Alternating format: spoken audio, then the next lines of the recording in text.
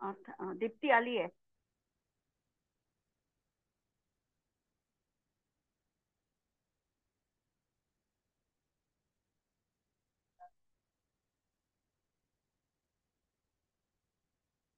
वंदितु सौवसिद्धे ध्रुवमचलमनोवमं गदिं पत्ते वोच्छामि समयपाहुड मिनमोऽसुदकेवली भणिदम् नमः समयसाराय स्वानुभूत्या चकासते चिस्वभावाय भावाय सर्वभावांतरच्छिदे। अंतिम शासन नायक 1008 भगवान महावीर स्वामी की जय। द्वादशांग श्रुत देवी की जय। स्वाध्याय कक्ष संपेपर्यंत आपणा सर्वांना चतुर्विध आहाराचा त्याग असणार आहे. समयसार ग्रंथ आपण बघतो आहे आणि काल आम्ही जे बघितलं की जर एखाद्या अज्ञानी जीवाजवळ मी पराचा करता आहे किंवा मी पराचा भोगता आहे असा अभिनिवेश त्याच्या जीवनात असेल तर आचार्य त्याचा निषेध करतात आणि सांगतात की अशा तऱ्हेने तो मुमुक्षु असला, श्रद्धा त्याची जिनधर्मावर असली तरी देखील त्याला मोक्षाची प्राप्ती होऊ शकत नाही.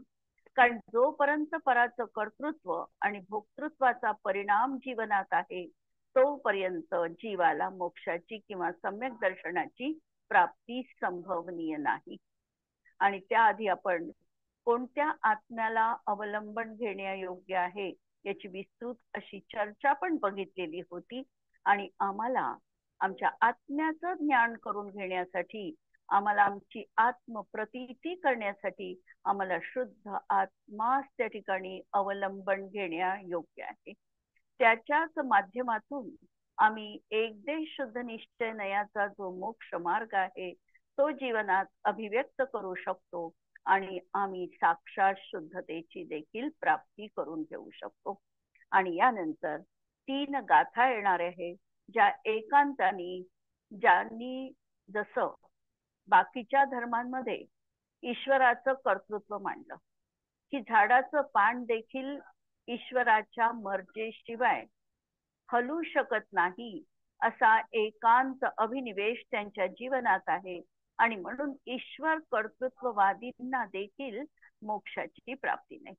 आणि अशाच तऱ्हेने जे जैन मताचे अनुयायी आहेत ते देखील आत्म्याकडे कर्तृत्व घेत असेल आणि भोक्तृत्व मानत असतील तर त्यांनाही मोक्षाची प्राप्ती होऊ शकत नाही.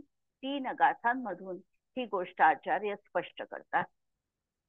लोगस्य कुणदिविण्हु सुरनारयतिरय माणुसे सत्ते समनाणं पिय अप्पा जदि कुवदि छव्विहे काये लोगसमनाणमेयं सिद्धत्तं जदि नदिस्तदि विशेषो लोगस्य कुणदिविण्हु समनाणं वि अप्प ओ कुणदि एवं न को विमुखो दिसदी लोग समनाणं दोण्णं पि नित्यं कुवत्ताणं सदैव मनुया सुरे लोगे.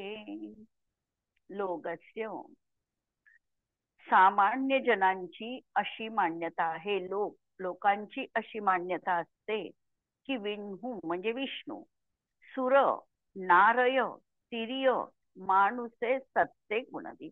विष्णू भगवान हे देव, नारकी, मनुष्य, तिर्यंच आदी प्राण्यांना उत्पन्न करतो. त्यांनी 3 तऱ्हेंची मान्यता ठेवलेली आहे. ब्रह्मा, विष्णू आणि महेश. ब्रह्मा उत्पत्ती करतो, विष्णू प्रतिपालन करतो आणि महेश संहाराचं काम करतो. अशा तऱ्हेच्या त्या 3 देवता त्यांनी मांडलेल्या आहेत. आणि या जगामध्ये जी जी काही प्राणी सृष्टी दिसते आहे ती सगळी ईश्वर निर्मित आहे. जे जे काही चर अचर वस्तू आहे या देखील त्या भगवंतांनी म्हणजे ईश्वरांनी निर्माण केलेले आहे. यामध्ये आम्ही जे काही करत आहे ते देखील ईश्वराधीन आहे. अशा तऱ्हेची ईश्वराच्या मर्जीनुसार जगामध्ये कुठलंही कार्य घडू शकत नाही, असा एकांत अभिनिवेश त्यांनी जीवनात मांडलेला आहे. म्हणून देव, नारकी, मनुष्य, तिर्यंच्या या सगळ्या प्राण्यांना विष्णू निर्माण करतो, अशा तऱ्हेची त्यांची ईश्वर निर्मितीची मान्यता आहे. आणि जर श्रमणांची, यतींची ही तशीच मान्यता असेल, आणि जर एखादा श्रमण आहे, मुनी आहे किंवा यती आहे, आणि ते जरी असे मानत असतील की अशा प्रकारे आत्म्याकडे सगळ्यांचं कर्तृत्व आहे, तर आत्मा षटकाय जीवांना करतो, तर सामान्य जन आणि श्रमण यांचा एकत्व सिद्धांत झाला आणि दोहोंमध्ये काहीच विशेष अंतर राहिले नाही. कारण सामान्य लोकांच्या मते जसा विष्णू करतो तसा श्रमणांच्या मते आत्मा करतो. म्हणजे दोहोंचीही मान्यता अभिप्रायातील कर्तृत्व बुद्धीच्या अपेक्षेने समान आहे. त्यांनी ईश्वराचं कर्तृत्व मान्य केलं आणि हे यती असे जे आहे किंवा श्रमण जे आहे ते आत्मा करतो असं जर मानत असतील, तर दोहोंनीही कर्तृत्व घेतलेलं आहे. म्हणून दोहोंची ही मान्यता समान आहे.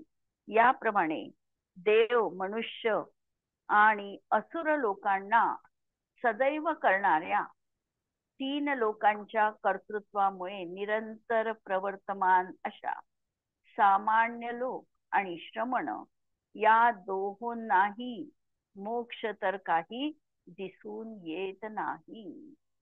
म्हणून आम्हाला समजलं असेल की ईश्वराचं कर्तृत्व हे त्या लोकांनी मांडलं, आणि तशाच प्रकारे आत्मा सगळं काही करत आहे असं जर आम्ही मानत असू, तर त्यांनी ईश्वर कर्तृत्व मांडलं आणि आम्ही परकर्तृत्व आत्म्याकडे घेतलं, तर दोहोंनीही एकच त्यांची कल्पना आहे. आणि म्हणून पराचं कर्तृत्व जोपर्यंत हा जीव स्वीकारेल तोपर्यंत मुक्ती त्याला होऊ शकत नाही. जे पुरुष आत्म्याला करताच मानतात ते साधू अपेक्षेने लोकोत्तर असले तथापि लौकिकतेचे उल्लंघन करत नाही. जे पुरुष आत्म्याला करता म्हणतात, पहिल्यांदा तर ते साधू आहे. साधू आहे याचा अर्थ त्यांच्या जीवनात खऱ्या अर्थाने सम्यक दर्शनाची प्राप्ती झाली नाही, पण बाह्य मूलगुणांचं पालन आणि चारित्रधारी ते आहेत, आणि म्हणून त्या अपेक्षेने त्यांना द्रव्यलिंगत्व साधूपणा म्हटल्या जातो. आणि सामान्य लोकांपेक्षा त्यांच्या प्रती पूज्यतेची भावना आहे, म्हणून सामान्य जन आणि त्यांच्यामध्ये फरक पडला. त्यांना लोकोत्तर अशी संज्ञा पण आम्ही देऊ शकतो. असे जरी ते असले तरी देखील खऱ्या अर्थाने त्यांचा जर अंतरंगातला अभिप्राय बघितला तर लौकिकतेचे ते उल्लंघन करत नाही. म्हणजे लौकिक जन जसं अज्ञानी अवस्थेत पराचं कर्तृत्व तो जीव स्वीकारतो, त्याप्रमाणे या साधूंनी देखील पराचं कर्तृत्व स्वतःकडे घेतलेलं आहे. कारण की लौकिक सामान्य जनाच्या मताने तर विष्णू परमात्मा देव नारकादी कार्य करतो, आणि या लोकोत्तर श्रमणांच्या मते आत्मा देव नारकादी कार्य करतो. याप्रमाणे दोहोंनाही अपसिद्धांताची म्हणजे मिथ्या मान्यतेची समानता आहे. परद्रव्य आणि परभावांचं कर्तृत्व दोघही मानतात. म्हणून त्यांनी आत्म्याला नित्य कर्तृत्व मानल्यामुळे सामान्य जनांप्रमाणे त्या लोकोत्तर यतींना देखील मोक्ष होत नाही. भावार्थ, जे आत्म्याला परभावाचा करता मानतात, म्हणजे जे जे जीवाचे भाव आहे, परमपारिणामिक भाव सोडून बाकीचे त्याचे जे भाव आहे, याचं खऱ्या अर्थाने कर्तृत्व कुणाकडे, हा प्रश्न ज्या वेळेला आम्ही उपस्थित करतो, आणि त्याचं उत्तर शोधण्याचा प्रयत्न करतो. त्यावेळेला रागादी भावांचं नेमकं कर्तृत्व कुणाकडे द्यायचं याचं उत्तर आम्हाला एकांताने एकाच पद्धतीने देता येत नाही. राग कुणाचा असं म्हटलं तर राग जीवाचा नाही हेही कथन येऊ शकतं. राग पुद्गलाचा नाही हेही कथन येऊ शकतं. राग जीव आणि पुद्गल मिळून होतो असंही कथन येऊ शकतं. म्हणजे कथनामध्ये अलग अलग नया विवक्षेनुसार अलग अलग मतप्रवाह आम्हाला आगमामध्ये देखील दिसतात. जेव्हा आचार्यांची दृष्टी जीवानी राग करू नये, राग त्याचा स्वभाव नाही या दृष्टिकोनातून जेव्हा समोरच्या व्यक्तीला आचार्य समजावून सांगतात, त्यावेळेला ते हे म्हणतात की राग हा पौद्गलिक आहे. राग पौद्गलिक म्हणण्यामागे आचार्यांचा उद्देश राग पुद्गलाला होतो हा नाही आहे. राग तर होणार आहे जीवालाच, पण राग जीवाला होत असताना देखील त्याची व्याप्ती जीवाशी घटित न होता पुद्गलाशी त्याची व्याप्ती घटित होते आणि म्हणून राग पुद्गलाचा म्हटल्या जातो. लक्षात घ्या, आम्ही व्याप्ती कशी घटवू? जिथे जिथे जीव आहे तिथे तिथे राग आहेच अशी व्याप्ती आम्ही घटित करू शकत नाही. कारण जीव आहे पण राग नाही असं आम्हाला बऱ्याच ठिकाणी दिसतं. 11व्या गुणस्थानापासून जीव तर आहे पण राग नाही आहे. आणि म्हणून जिथं जिथं जीव आहे तिथे तिथे राग आहे अशी व्याप्ती घटित होत नाही. पण जिथे जिथे कर्माचा उदय आहे, पौद्गलिक कर्माचा उदय आहे, तिथे तिथे जीवाचा राग परिणाम होतोच आहे आणि तो नवीन बंधाला पण कारणीभूत आहे अशी व्याप्ती मात्र नित्य रागाची पुद्गलाशी घटित होते. आणि म्हणून असं म्हटल्या गेलं की राग हा पौद्गलिक आहे. पुद्गलात होतो म्हणून राग पुद्गलिक कधीही म्हटल्या जाणार नाही. होणार तर तो जीवामध्येच आहे. पण स्वभावाकडे लक्ष दिल्यानंतर राग जीवाचा स्वभाव नाही आणि त्याची व्याप्ती आत्म्याशी घटित होत नाही, म्हणून राग पौद्गलिक आहे हे म्हटलं जातं. एका अपेक्षेने राग पौद्गलिक नाही असंही म्हटलं जातं, कारण राग तर होणार आहे शेवटी जीवामध्ये, तो पुद्गलामध्ये कदापिही संभवनीय नाही, म्हणून राग पुद्गलाचा नाही असंही कथन येणार आहे. किंवा राग मला आला ही माझीच चूक आहे हे पण अज्ञानी जीवाला समजायला हवं. राग माझ्या जीवनात आला, जर मी त्याला म्हटलं की हा पौद्गलिक आहे तर त्या रागाची जबाबदारी जीव घेणार नाही. म्हणून त्याला सांगितलं की राग तुझ्यातच उत्पन्न झालेला आहे, तुझीच ती चूक आहे आणि ती चूक तुला दुरुस्त करायची आहे. म्हणून दुसऱ्या दृष्टीने पण कथन आलं की राग जीवात आहे. कधी कधी राग आणि कर्म, जीव आणि कर्म असं मिळून राग आला असंही कथन आम्हाला दिसेल निमित्त नैमित्तिक संबंधाच्या अपेक्षेतून. आणि कधी कधी आम्हाला या सर्वांपासून वर उठून आत्म्याचा स्वभाव बघता राग कुणाचा आहे या प्रश्नाचं उत्तर तो जो राग माझा आहे असं मानतो त्याचा राग आहे. आणि जो राग माझा आहे असं मानत नाही त्याचा राग नाही. म्हणजे अज्ञानी जीव राग माझा आहे असं मानतो, रागाला उपादेय मानतो, रागामध्ये अहमबुद्धी करतो, म्हणून अज्ञानी जीवाचा राग आहे. ज्ञानीच्या जीवनात पर्यायी राग होतो, पण राग होत असताना देखील तो रागाला स्वतःचा स्वभाव समजत नाही. राग माझ्यापासून पृथक आहे हे तो जाणतो आणि म्हणून रागाचं कर्तृत्व तो घेत नाही, म्हणून ज्ञानी जीवाचा राग नाही असं पण कथन मिळतं. जिथे जी विवक्षा असेल त्या विवक्षेनी आम्हाला सार लावून घ्यावा लागतो. या ठिकाणी सांगितलं की जे आत्म्याला परभावाचा करता मानतात ते मुनी असले तरी देखील सामान्य लोकांप्रमाणेच आहे. कारण लोक ईश्वराला कर्ता समजतात आणि मुनी आत्म्याला कर्ता मानतात. याप्रमाणे दोहोंनीही मान्यता समान झाली. म्हणून सामान्य जनांना जसा मोक्ष नाही, तसाच त्या श्रमणांना देखील नाही. जो कर्ता होईल तो त्या कार्याचं फल भोगणारच आहे, आणि जो फल भोगेल त्याला मोक्ष कसा मिळेल, आणि म्हणून त्याला मोक्ष होऊ शकत नाही.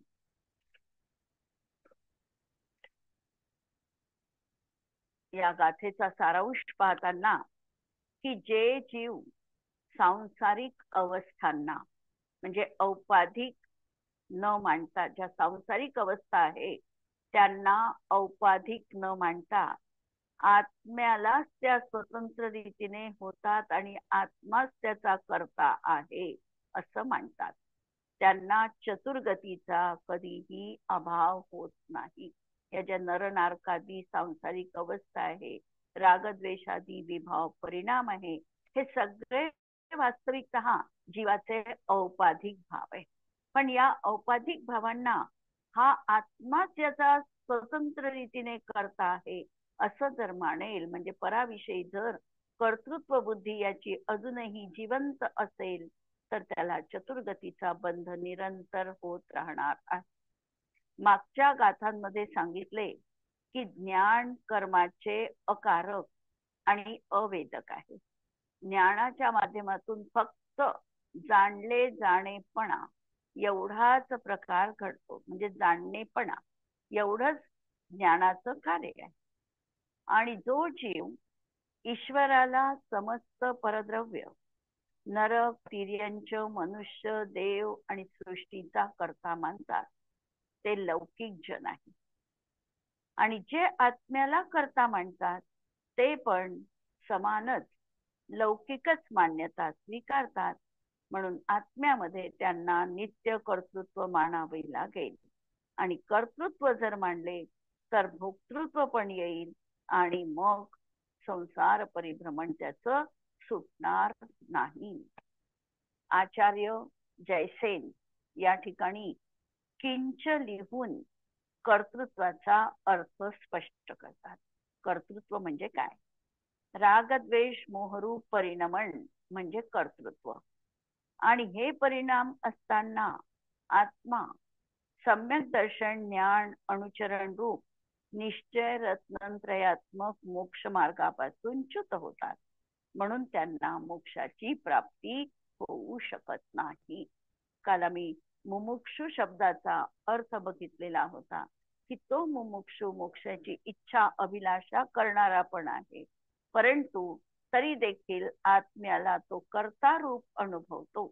आणि म्हणून या गाथेचा प्रयोग जर आम्हाला खऱ्या अर्थाने करायचा असेल तर आम्हाला खऱ्या अर्थाने मोक्ष प्राप्त करण्यासाठी आम्ही इच्छुक आहो का, याचंच पहिल्यांदा आम्हाला अंतर्मंथन करावं लागेल.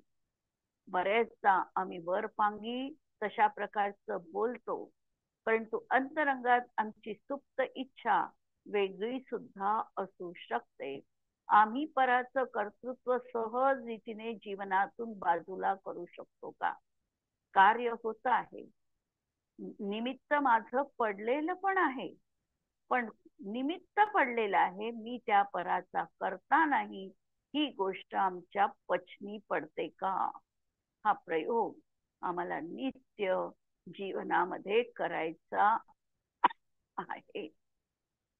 बऱ्याच वेळेला जेव्हा काही चांगल्या घटना घडतात, या चांगल्या घटनांमध्ये तर आम्ही नित्य कर्तृत्व घेतो, पण वास्तविकतः ती चांगली घटना घडलेली आहे तीही प्रत्येकाच्या उपादानगत योग्यतेने घडलेली आहे. माझ्या कर्तृत्वाने त्या परामध्ये काहीही बदल झाला नाही, ही गोष्ट आम्ही अंतरंगात ठसवून घेतो का? हा प्रत्येकाने आपल्या स्वतंत्र रीतीने विचार करायचा आहे. वाईट गोष्टीच्या बाबतीत आम्ही कर्तृत्व आमचं लगेचच सोडायला तयार होतो. एखादीच वाईट घटना घडली तर आपण लगेचच हात झटकून मोकळे होण्याचा प्रयत्न करतो की मी तिथे नव्हतीच, मला ते माहीतच नाही, नाही तर मी सावरलं असतं, काही बहाणे सांगतो.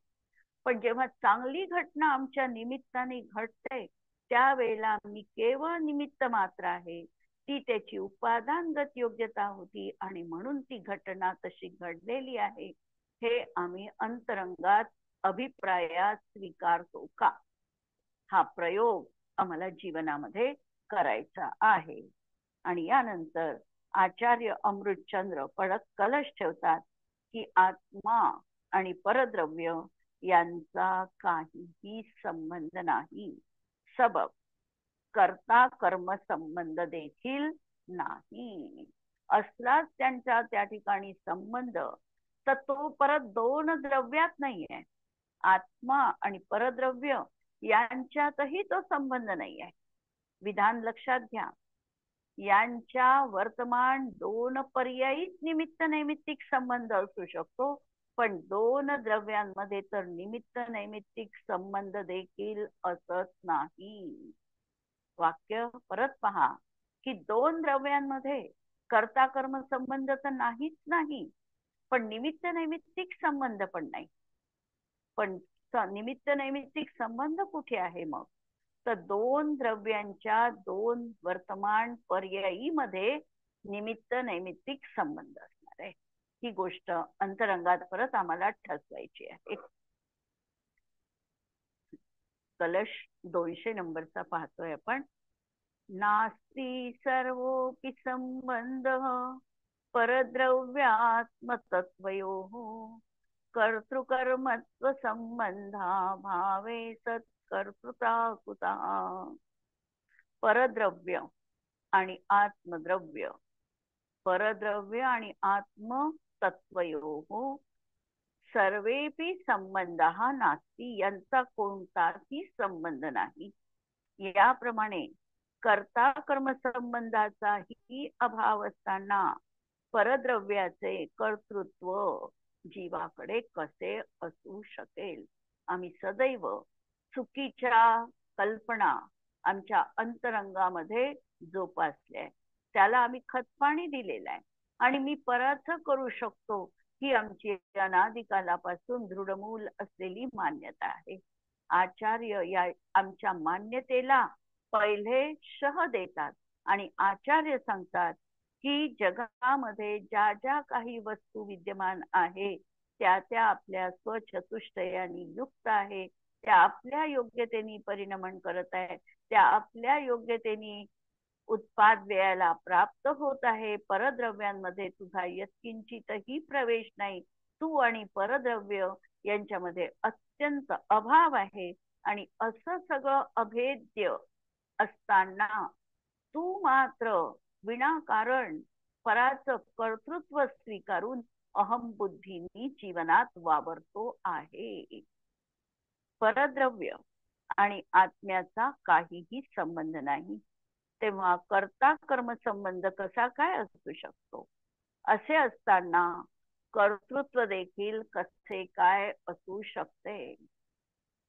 जर दोन द्रव्यात कर्ता कर्म संबंध आहे असे जर मानले, आम्ही जर समजा म्हटलं की दोन द्रव्यात कर्ता कर्म संबंध आहे, तर एका द्रव्याला अन्य द्रव्याचा कर्ता आणि दुसऱ्याला कर्म मानावं लागेल.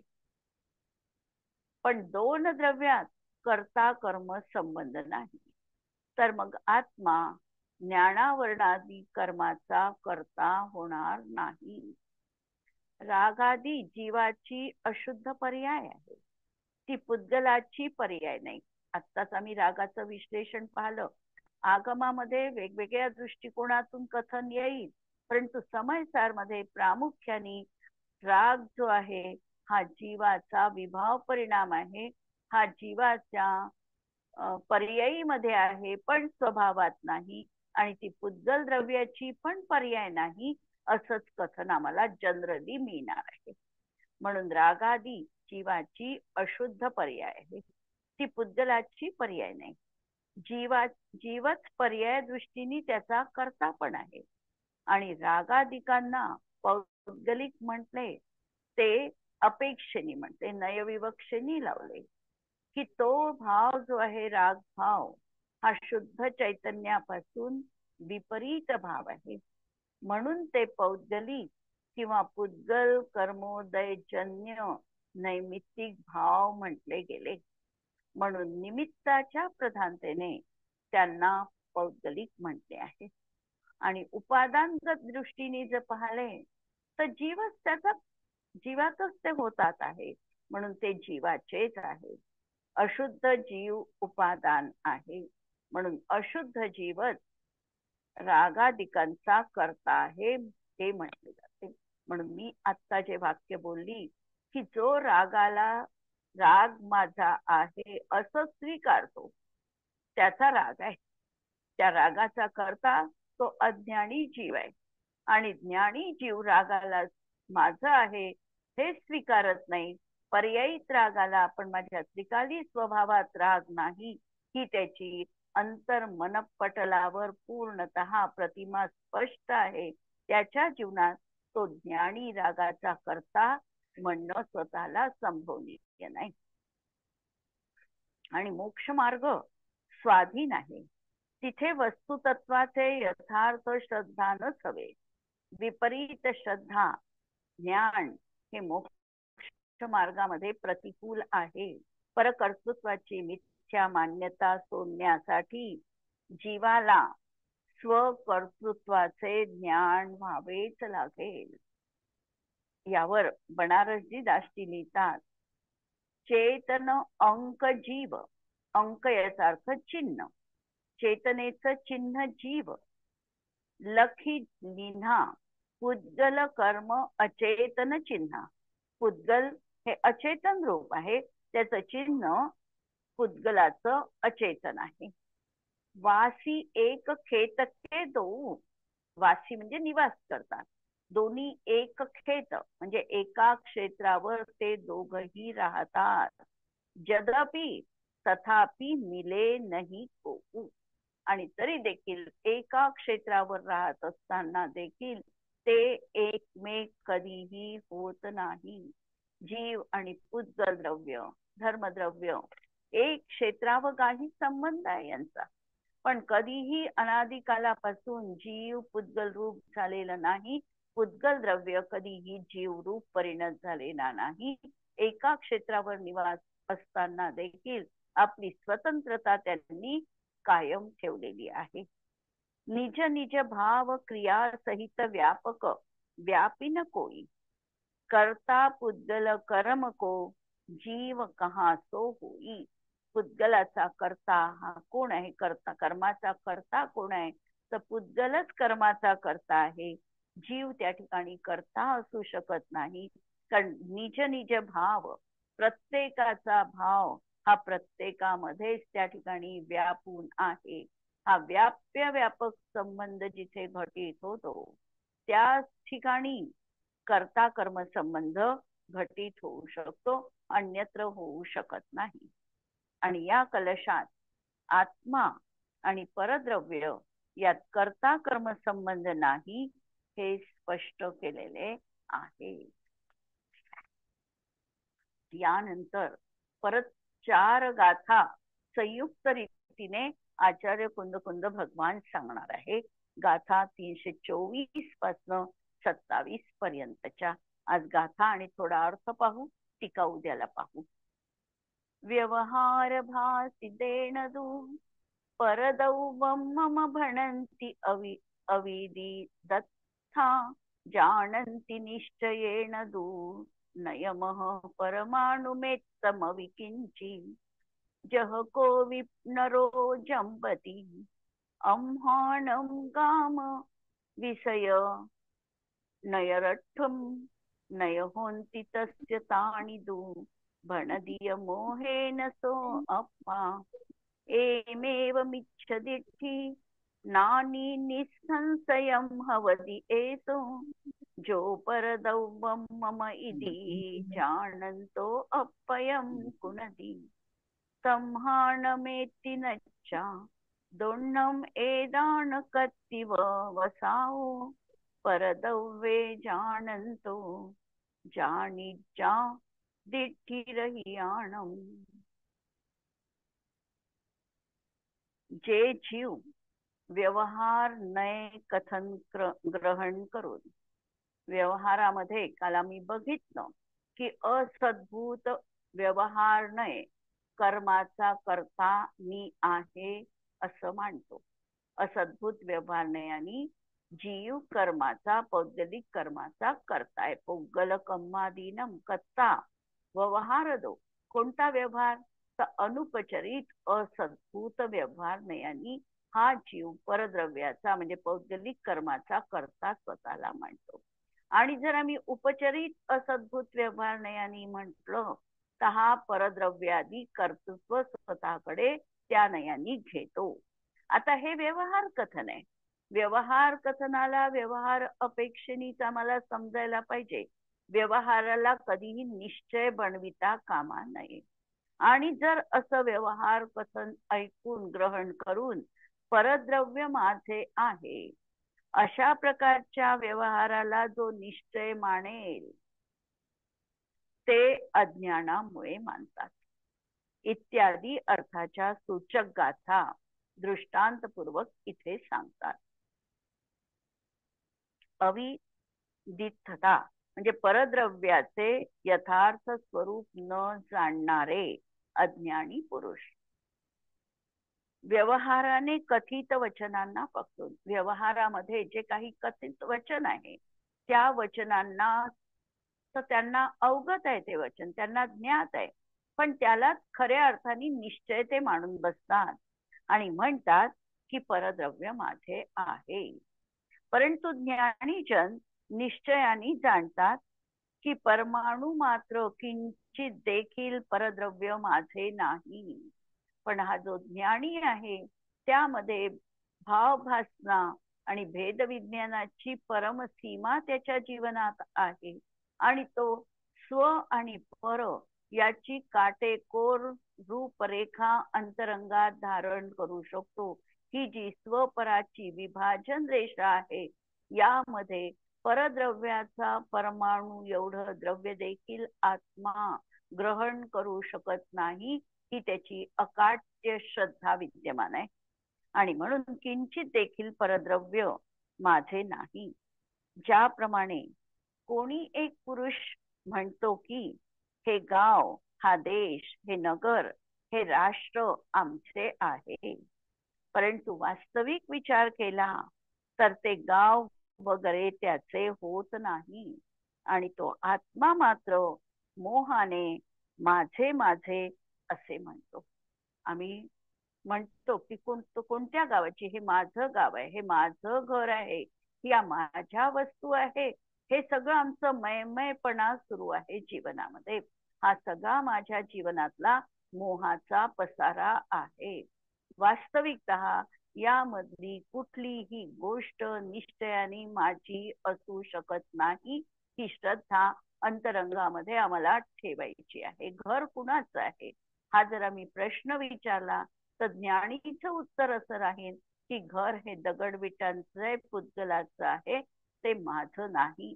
म्हणजे निश्चय नयाचं उत्तर हे असं असणार आहे. आणि निश्चय हा हृदयामध्ये धारण करण्यायोग्य आहे. व्यवहार कथन करण्यायोग्य आहे, पण व्यवहार हा तात्पुरता आहे, त्याला शाश्वततेचं स्वरूप कधीही येऊ शकत नाही. आणि म्हणून हे माझं आहे असं म्हणतो. याप्रमाणे परद्रव्य माझे आहे असे जाणणारा जो ज्ञानी आत्म्याला परद्रव्य रूप करतो तो निसंदेह मिथ्यादृष्टी होतो. आणि म्हणून ज्ञानी हे परद्रव्य माझे नाही असे जाणून परद्रव्यांमध्ये या सामान्य जन आणि श्रमण अशा दोहोंच्याही कर्तृत्वाच्या व्यवसायाला ओळखून असे समजतात तो निर्णय सम्यक दर्शन विरहित पुरुषांचा आहे. अशा तऱ्हेने हे परद्रव्य माझं नाही आणि परद्रव्यांमध्ये हा जो कर्तृत्वाचा अभिनिवेश आहे तर तो निश्चयाने खऱ्या अर्थाने सम्यक दृष्टी किंवा सम्यक ज्ञानी असणार नाही. उद्याला यावरची आपण टीका बघू आणि आज आपण इथे थांबूया. जिनवाणी के ज्ञान ते तुझे लोकालो, सो जिनवाणी मस्तक नमो सदा देत हो. नमो अरिहंताणम, नमो सिद्धाणम, नमो आयर्याणम, नमो उज्जायाणम, नमो लोए सवसावूनम. सर्वांना जय जिनेंद्र.